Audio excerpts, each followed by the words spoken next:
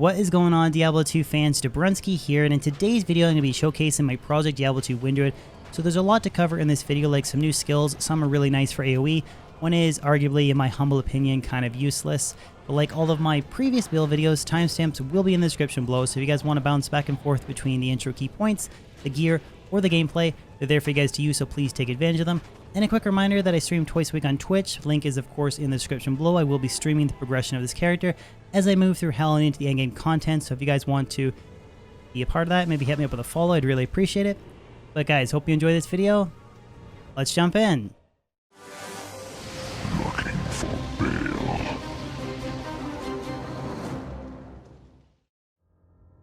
There is 3 key points that I would like to touch on before I jump into the gear and example gameplay of the Wind Druid for Project Diablo 2. The first is the Druid has a couple new skills in the Wind Tree, and the first is a reworked Twister. Now this is your new AOE spell. As you invest more points, you get more Twisters, and they actually do decent damage, and the volume or the rate of distance of what they cover is a lot quicker than the previous version, so it's just an amazing skill for AOE. Now it doesn't work very well for like single targeting like Bale. For that, you want to use Tornado, which again is reworked. That is your main damage dealing single target spell, but it now has a wider hitbox. So while the tornadoes might actually look the exact same as vanilla, they kind of aim funny and they swirl kind of, you know, your standard Wind Druid problems, but they do have a wider hitbox, so it's a lot easier to actually target monsters with Tornado. The second key point is that the Druid has its own teleport skill. Now this is really important for repositioning your summons or your mercenary, because I happen to have a Reaper's Toll mercenary for the chance to cast amplified damage, because that boosts my Twister and Tornado damage, and it's important to reposition the mercenary to try and proc that on enemy monsters, and I can do that with the skill Gust. Now it's basically a point that you put 1 hard point into it, and then it has a roughly 6-second cooldown delay, and as you continue to invest more points, that cooldown decreases by, I believe, 0.2 seconds per skill level, and that's hard and soft points up to 30 to get a 0.5 second cooldown delay, so you can teleport a little bit quicker. Not quite the same speed as like your 99 or 163 FCR teleporting Druid from LOD, but it is a really nice skill because you don't need Enigma, and it opens up the possibility for using different body armors. And the third and final point is that I want to talk about Oak Sage. In my humble opinion, I think that it is almost a useless skill to use. Now, Vitality is nerfed pretty hard in Project Diablo 2, and I kind of understand the reasoning. It's maybe trying to push away from the idea of having like a 7,000 or 8,000 health Fury Druid with Oak Sage and a bunch of, you know, Vitality charms and putting a bunch of points into Vitality. I understand that they're trying to shift away from that, but I think to an extent it's maybe nerfed a little bit too much, because it's a level 30 skill that your first hard point, it gives you 60 flat life and 2% health regeneration per level, and then every successive hard point that you put into it past that gives you an additional 10 flat health and 1 extra % health regen. So it definitely kind of borderlines on maybe not even worthwhile to use. I mean, if you think about it, 20 hard points, you're looking at like 250 life. Maybe you should just carry like 20 life small charms instead, and then put those points into maybe a Summon Grizzly to have a stronger, you know, meat shield instead of just having that extra 250 life. Again, I haven't played to the extent of endgame content yet, so maybe you really do need that 250 life because Vitality is nerfed. But I did want to touch on that my initial impressions that for a level 30 skill, it's kind of questionable whether or not it's very useful. Jumping into the attributes, there's not really a lot to cover here. I'm just going max Vita, so I have enough strength to equip my gear, which I'm using a lot of low strength requirement gear because I don't want to invest more than what I have to, because it's very important for me to try and get my health pool as high as possible, because I am sitting at 1,328 life prior to casting my Oak Sage, and that is with a lot of plus life charms in my inventory, which you guys will see when we jump into the gear. So I have 50 flat strength, and my plus strength that I have on my charms brings me to 61. Nothing into dexterity, nothing into energy, and then I have 386 points into vitality. And I'm currently level 82 because we are about 3 days, or I guess technically 4 days into the ladder reset. And I have 75 fire, 28 cold, 75 lightning, and 37 res, so that's a pretty solid resistance cap. And I have 530 mana without any points into vitality, which is largely because of the two-handed purple staff that I'm using, so it's pretty nice pool that I don't need to worry about having an insight meditation or a mercenary. Just, I mean, a couple pots here and there and I'm basically good to go. Jumping into the skill tree now, we'll start off with shapeshifting. I don't actually have any points invested into this tree It does say 5 for rabies, but that's just because of a plus skill that's granted on my Druid pelt, so I don't actually have anything invested. And then for summoning, I have 1 hard point into Heart of the Wolverine, 1 into Spirit of the Barbs, and then 1 into, excuse me, I have, I believe now it is 5 hard points into Oak Sage. I decided to progressively put more points into it just to get a little bit more life, even though I did say it was useless. I think that having 1,328 life is not a lot in hell, so I want to try and buff it up as much as I can, so that's why I'm continuing to put points into Oak Sage. Now you'll notice that it's flipped on its head a little bit here. Typically its Heart of the Wolverine is level 18, Oak Sage is level 6, and then Spirit of the Barbs is level 30.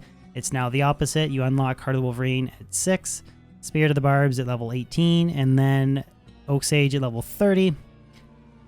I think Oak Sage should be a level 1 skill. I'm just going to say it, granting 10 life, 10 hard life per level. But I mean, I guess it really doesn't matter. Once you hit level 30, you can continue to invest points into it if you want the small little return of life. And the final skill tree to take a look at is the Elemental skill tree. Now there are 2 changes that you'll probably notice right off the bat if you're familiar with the Druid tree and LOD. The first is that to unlock Armageddon, you can simply get it by investing a point into Firestorm, Molten Boulder, Fissure, Volcano. That unlocks Armageddon. You don't have to work your way through the Fire tree and the Wind tree at the same time. So that's nice. It kind of saves you a couple extra points if you want to max out Armageddon. And the second is that you have Gust here at level 18. So you put 1 point into Arctic Blast, 1 point into Cyclone Armor to unlock Gust. And again, the more points you put into it, it decreases the cooldown by 0.2 seconds. And an interesting thing about the skill tree here is that if you're Fire or Wind, Arctic Blast synergizes Twister, which synergizes Tornado, which synergizes Hurricane. And it's the same thing with the Fire tree. Firestorm synergizes Molten Boulder, which synergizes Fissure, and then Volcano, and then Armageddon. So there's not really wasted skill points as you're leveling, so it kind of opens up the opportunity to play different builds as you're leveling. Like at the very start, if you want to, you can be a Arctic Blast Druid until you unlock Twister at level 12. It's kind of an annoying skill to use, but technically the initial points that you're investing at the start, they're not a waste because it works its way through the tree and synergizes the rest of your later, higher, more valuable skills to use. So jumping into the gear now for my Wind Druid, keep in mind that this is only 4 days into the ladder, so my gear is kind of adequate for hell. It's not the best, there's definitely room for improvement, but we'll take a look at the staff first because you're probably curious, what is the purple 2-handed staff that I'm using on my Wind Druid? It is, of course, Razor Switch, which has been reworked in PD2 to actually be a really solid weapon for progressing from Nightmare to Hell. Being 1 all skills, 30 FCR, 80 to life, 175 to mana, and 50 all res. That's a really, really nice weapon. I mean, maybe like Spirit and Ancient's Pledge might be better, you could argue, but I think that the solid life and mana and res makes it a very, very nice leveling item to use. And then for my helmet, I have Lore. This was made in a 1 to Twister, 2 to Rabies, 1 to Fissure Antler pelt, so, excuse me, Hunter Guy's pelt. Something like 3 to Twister, 3 to Tornado would be better, but it's just, again, we're leveling, working our way through, and I think it's just a good way to boost my damage a little bit. And then I have a crafted Caster Amulet that is 1 to Druid skills, 10 to FCR, 13 all res with some mana damage taken, or excuse me, percent damage taken gained as mana when hit. So just a nice little kind of mid-leveling Caster Amulet. Body armor, I rolled Smoke. This is changed from LOD. It rolls 30 to 45 res, and I happen to roll perfect, so it's a really nice body armor to just make sure my resistances are not kind of completely garbage in hell difficulty. And then the boots, I'm using Rite of Passage set boots, which have Cannot Be Frozen. That is, again, added from, or changed in PD2. Now you might be wondering, why do I have Cannot Be Frozen? 2 reasons. One is I'm doing a lot of running around because I have a 5-second cooldown duration on my teleport, so I can't spam it all the time. So if I get frozen, it's just a pain in the butt running around really slow. And also, being frozen slows down your FCR breakpoints in Project Diablo 2, so it is very important for casters and melee characters to have a source that cannot be frozen. And this is my current source until I get something better like a Corrupted Ravenfrost. And then for my rings, they're just 2 FCR rings with resistances. This one has half freeze duration, which actually isn't really that valuable anymore. And then I have an FHR, life, and fire res 2 to strength rare belt. And then I have a pair of Corrupted Frostburns. These have some additional added stats that's different from LOD. So they added -4 to 6 fire res and -4 to 6 cold res. And then I corrupted these to add an additional 15% MF. So they're nice gloves that kind of help boost my hurricane damage, as well as adding a little bit additional MF, so hopefully I can find some better items. And then on the offhand, I'm using Harmony. This is just so I can run around quicker for the level 10 Vigor Aura that it grants. It's just a really cheap rune word that I'm just using in a longbow because it has low requirements. Just want to get around as quickly as I can, so that's the reason why I'm using it. And then as far as my inventory goes, I have different assorted plus life and then resistance, small charms, grand charms, and large charms. No plus skillers yet, but I do have one Geed's grand charm here. But everything else is just some sort of plus life or plus mana, plus res, just to try and get my res capped or have a decent life pool, because I think 1328 is kind of bad considering the up difficulty in PD2. And then finally, just covering my Mercenaries gear. The first thing that you're going to notice right away, yes, Mercenaries in Project Diablo 2 can equip gloves, boots, and belts. So it opens up some different options for kind of tweaking your character's gear. So we'll just start off with those pieces first. I crafted a pair of blood boots, blood belts, and blood gloves just to give myself, or give my mercenary a little bit of lifesteal per hit, crushing blow, and open wounds.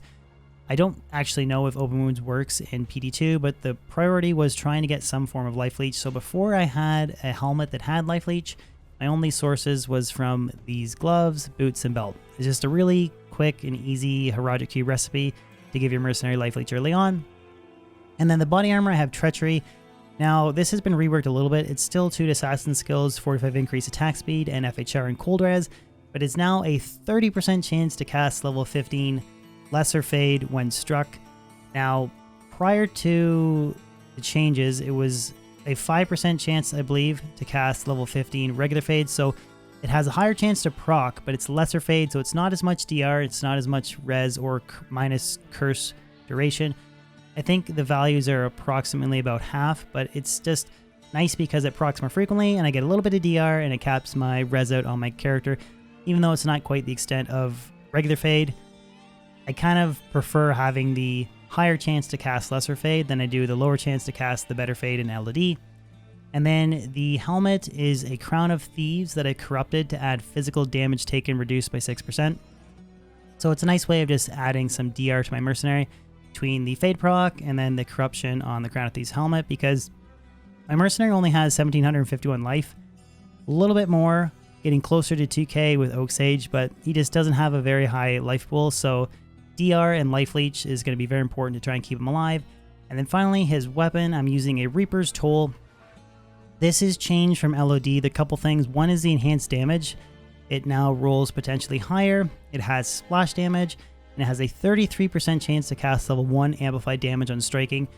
Now you might think that's crazy OP, but level 1 amplified damage only gives a 10% DR reduction, I believe, compared to the minus 100 from LOD, so it's not quite as powerful, but it does increase my physical damage on my twisters and tornadoes, and it does break the majority of physical immunities, so this was a key upgrade, or is a key upgrade for my mercenary.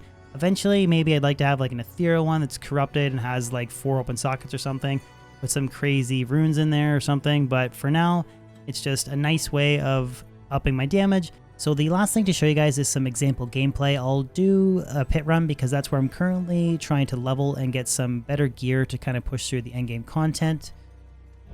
When I cast Oak Sage, you'll see my life jumps up to, I think, at just under 1500, 1468. Just use Harmony on the offhand to run around quicker, and then I will Telestomp to try and directly get my mercenary to proc amp damage. And then once he procs amp damage, I just switch to my main hand, and then I use either Twister or Tornado, depending on the mob, if it's like a single target or if there's a lot of monsters. I will kind of switch back and forth between Twister or Tornado accordingly. Then I think Harmony is really good, that Vigor Aura, just so I can get around quicker, because I can't spam Vigor over and over again like I can Enigma. But here's a boss pack, reposition, get the mercenary in there, rock amp damage, and this is all I really do, just farming the pits over and over again, trying to get some good gear.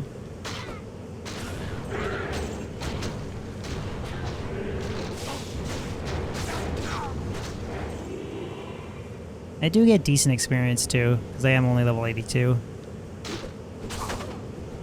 We'll try and lure these all together.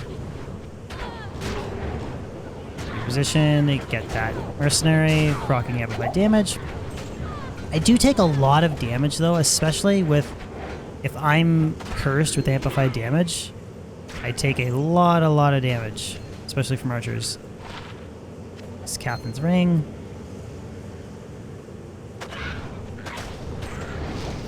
The Twister is really nice for AOE, like clearing out these Carver camps. And just for comparison purposes, even with the wider hitbox, Tornado's still a relatively slow and kind of clunky skill to use. Much prefer using Twister the majority of the time. But I do have moderately decent clear speed for the pits. I mean, I'm not like sub 1 minute pit runs, but I can get around and do like a 3 minute pit run, which is not bad, I guess. I think it'll be better once I get some more plus skills and I can actually use... If I have like a 2-second gust cooldown, I'll be able to use it a little bit more frequently. But for now, do a lot of running. And I should note that Hurricane has a 1 minute and 126 second duration, so I don't have to cast it quite as frequently as you do in LOD.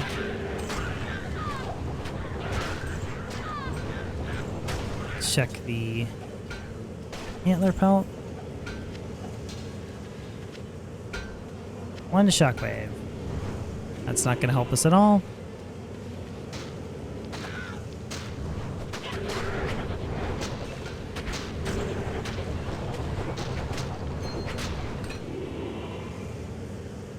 So some big upgrades at this point would probably be if I can get a Malrune to drop, I'll try and make rain. That'll give me some more druid skills. Or maybe Skin of Viper Magi. Anything that's just going to boost my damage at this point. I really need plus skills to try and take my character to that like next step forward. Maybe some better jewelry, that kind of thing.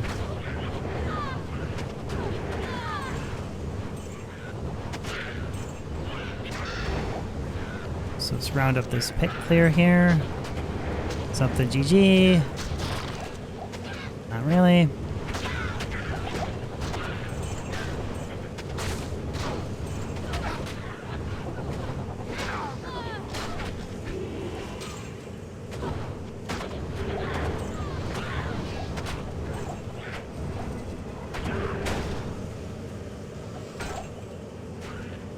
Boss back up here. Nope.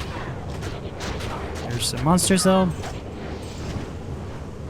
But that is my basic pit run, and I'm going to continue doing this until I think I'm like level 90.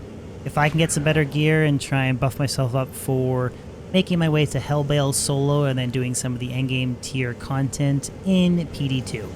Well guys, there you have it. That wraps up today's video. Hopefully you guys enjoyed it. I am going to be putting out a lot of Project Diablo 2 content, so a couple small guides, like maybe an installation guide, corrupting guide, as well as the progression of this character, and of course drop highlights. So let me know in the comment section below if there's anything specific in regards to Project Diablo 2 that you guys would like to see me post on YouTube.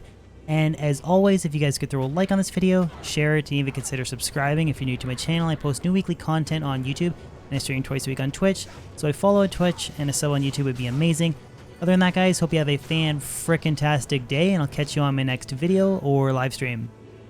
Peace out.